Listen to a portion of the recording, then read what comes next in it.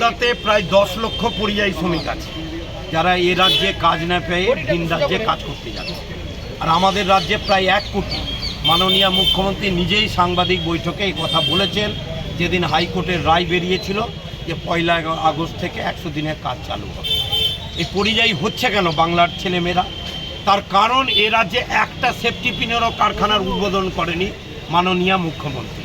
100 দিনের কাজ বন্ধ। তাহলে এখানে যে মাধ্যমিক, উচ্চ মাধ্যমিক স্কুল, কলেজ, ইঞ্জিনিয়ারিং কলেজ বামফ্রন্ট আমলে তৈরি হয়েছিল, যে ছেলেমেয়েরা পাস করে বেরোচ্ছে তারা এ রাজ্যে কাজ পাচ্ছে না। নিম্নবিত্ত পরিবারের ছেলেমেয়েরা ভুলেই যাচ্ছে, স্কুলে ড্রপ আউট হচ্ছে বলে স্কুলগুলো বন্ধ হচ্ছে, মাধ্যমিক পরীক্ষায় পরীক্ষার্থীর সংখ্যা কমছে। তার কারণ এ রাজ্যে কোনো কাজ নাই।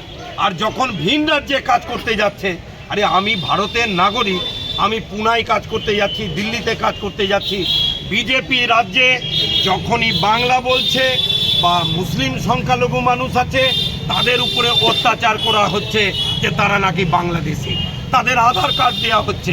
খোদ প্রধানমন্ত্রীর রাজ্যে গুজরাটে যারা সফেদা ভাঙে সেই গাছ থেকে তাদেরকে ওই আলীনগরের প্রায় 78 জন পরিযায়ী শ্রমিক তাদেরকে হচ্ছে ওখানে থানাতে 3 দিন ধরে আটকে রাখা হয়েছিল।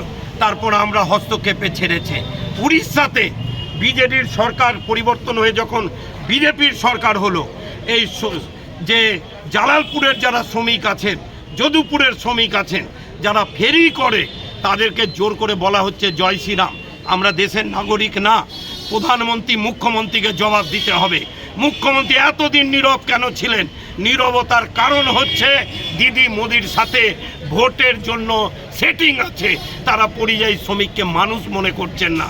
সামনে নির্বাচন আসছে, এই পরিযায়ী শ্রমিকরা বুঝিয়ে দিবে যে আজকে এই যে অত্যাচারগুলো